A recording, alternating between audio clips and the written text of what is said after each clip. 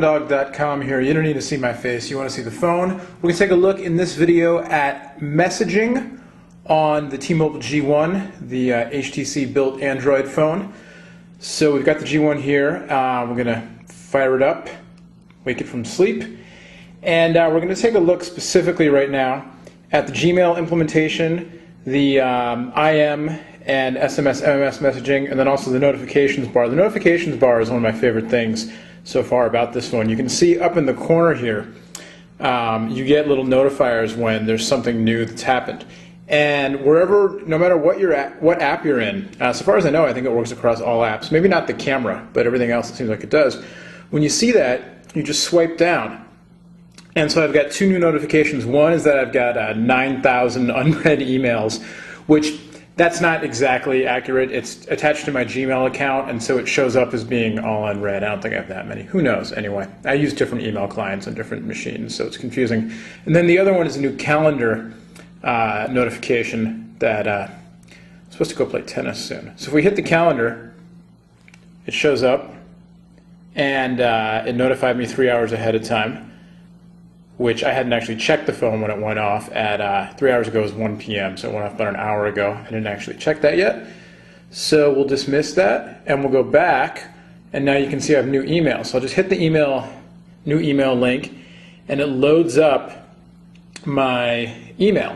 And this is synced to my Gmail account, so we'll look at something innocuous like an ad from a company that I am not endorsing. It's just easy to see. And so here's your email. It's HTML email. It's Gmail styled, and you can see when you scroll at the bottom, I get a lot of emails from this retailer apparently. So it's good. You can see it's the threaded style, just like Gmail. If I hit show pictures, it'll load up the picture that was associated, that was embedded in this email that it doesn't load automatically. And you can see the 3G is working. The image is loading up there. Incidentally, so far 3G speeds here where I am in the East Bay area of San Francisco have been good, although they've dropped just a little bit. I've had the phone for almost a week now, a little more than half a week. The first day that I had it, when I was web browsing, I was really impressed with the speeds. I was actually in a slightly different part of town than where I usually am, so that might have been part of it. I don't know. But speeds still seem to be good. Only one dead zone I've noticed in the areas that I usually hang out in between home and office. But anyway, you can see here, you've got all the Gmail functions: reply, reply to all, forward, archive, labels, delete. If I hit labels, it'll give me my choice of all the different labels that I can attach. This all syncs up with Gmail via the cloud.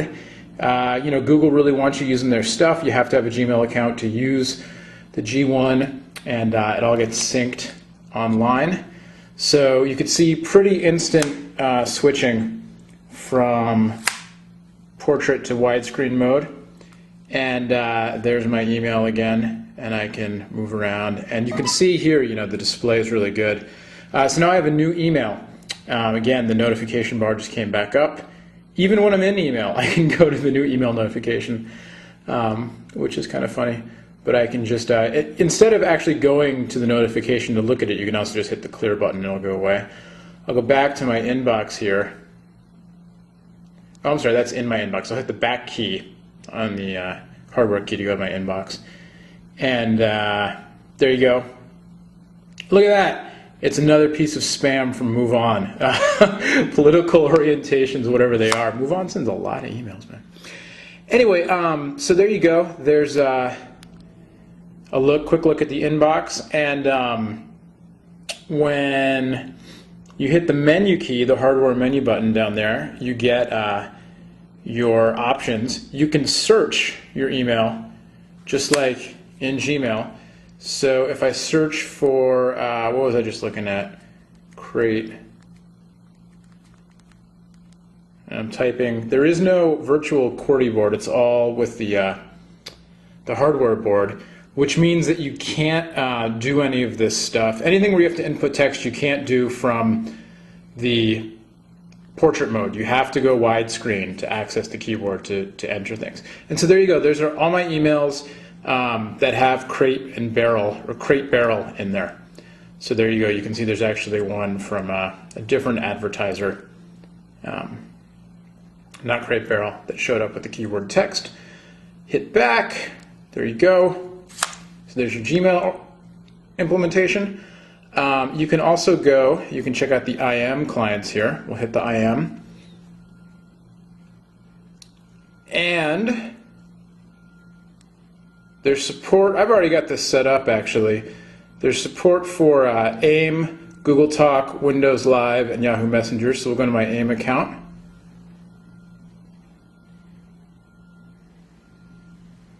And here's AIM signing in. The device also has Wi-Fi. I'm not connected to Wi-Fi right now. I'm doing this all over 3G.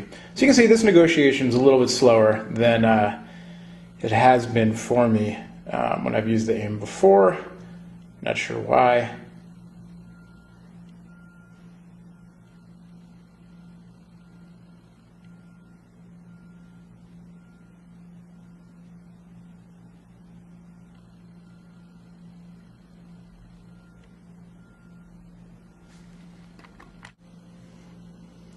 All right, so here's the AIM interface, and I can set my status to available, away, or appear offline. And I don't have any conversations active now, but I can open up my buddy list and go through here.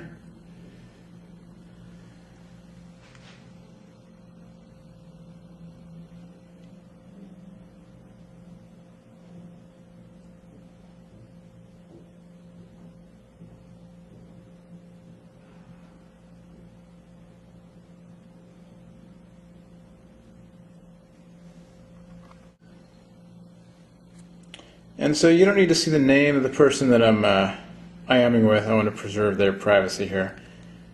But there you go. It says me. I'm recording this for a phone demo. And then in the meantime, I can go back, check my email,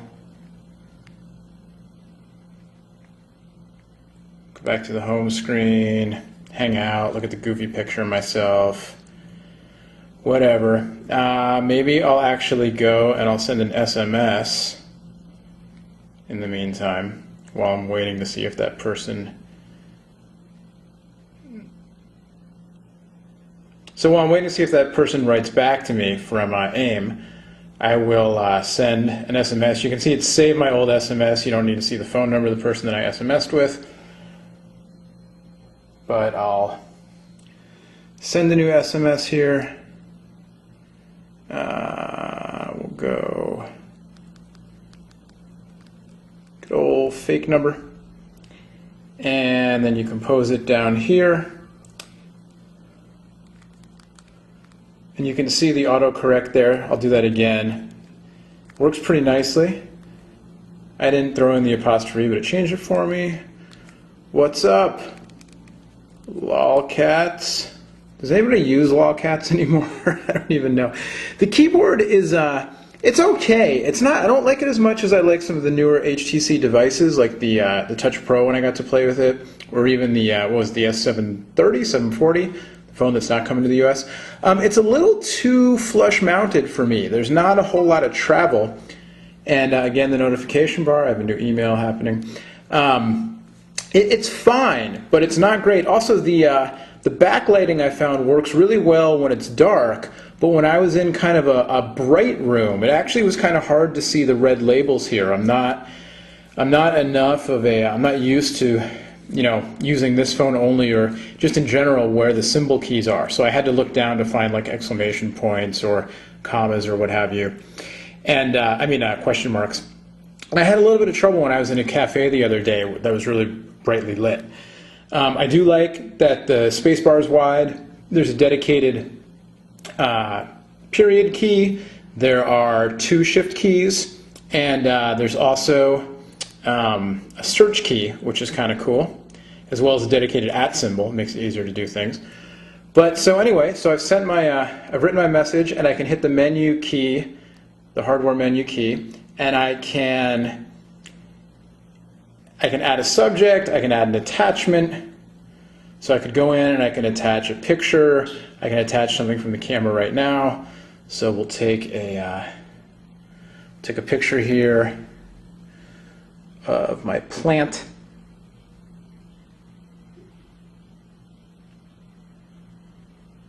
Little bit difficult, not that bad, but a little bit tricky to get to the capture buttons here behind the screen. So while it's open, it's not really hard, it just takes a little getting used to. So there we go. And I'm going to select this picture.